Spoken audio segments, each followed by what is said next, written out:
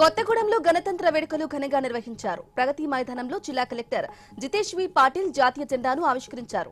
కార్యక్రమంలో పాల్గొన్న అధికారులకు, విద్యార్థులకు గణతంత్ర దినోత్సవ శుభాకాంక్షలు తెలిపారు. రంగారెడ్డి జిల్లా ఎల్బీ నగర్ లో గణతంత్ర దినోత్సవ వేడుకలను లింగోజిగూడ కార్పొరేటర్ దర్పల్లి రాజశేఖర రెడ్డి ఆధ్వర్యంలో చేపట్టారు. జాతీయ జెండాను ఆవిష్కరించి జాతీయ గీతాన్ని ఆలపించారు.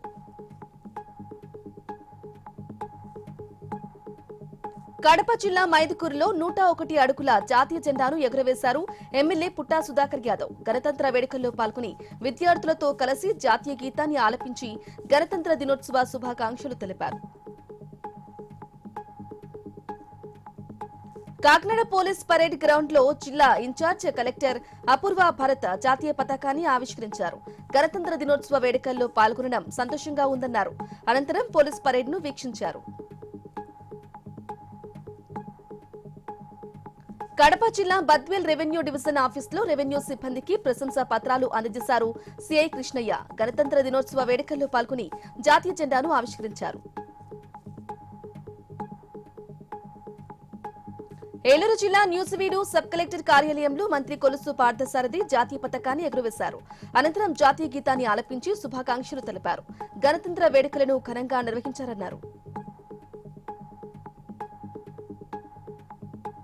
ప్రతి భారతీయుడికి సమాన హక్కులు కల్పించే గొప్ప రాజ్యాంగం భారత రాజ్యాంగమన్నారు జయశంకర్. భూపాలపల్లి జిల్లా కలెక్టర్ రాహుల్ శర్మ అంబేద్కర్ స్టేడియంలో జాతీయ జెండాను ఆవిష్కరించి శుభాకాంక్షలు తెలిపారు.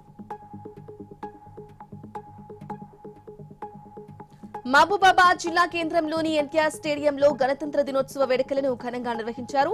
జిల్లా కలెక్టర్ అద్వైత్ కుమార్ సింగ్ జాతీయ పతాకాన్ని ఆవిష్కరించి జాతీయ గీతాన్ని ఆలపించారు.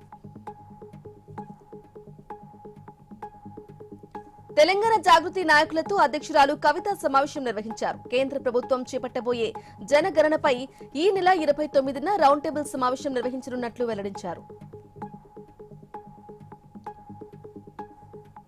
ఏలూరు జిల్లా చింతలపూడిలో ఏఎంసీ ఆవరణలో నూతన మినరల్ వాటర్ ప్లాంట్ ను ఎమ్మెల్యే సొంగ రోషన్ కుమార్ ప్రారంభించారు. గణతంత్ర దినోత్సవ వేడుకల్లో పాల్గొన్న ఆయన జాతీయ జెండాను ఆవిష్కరించారు.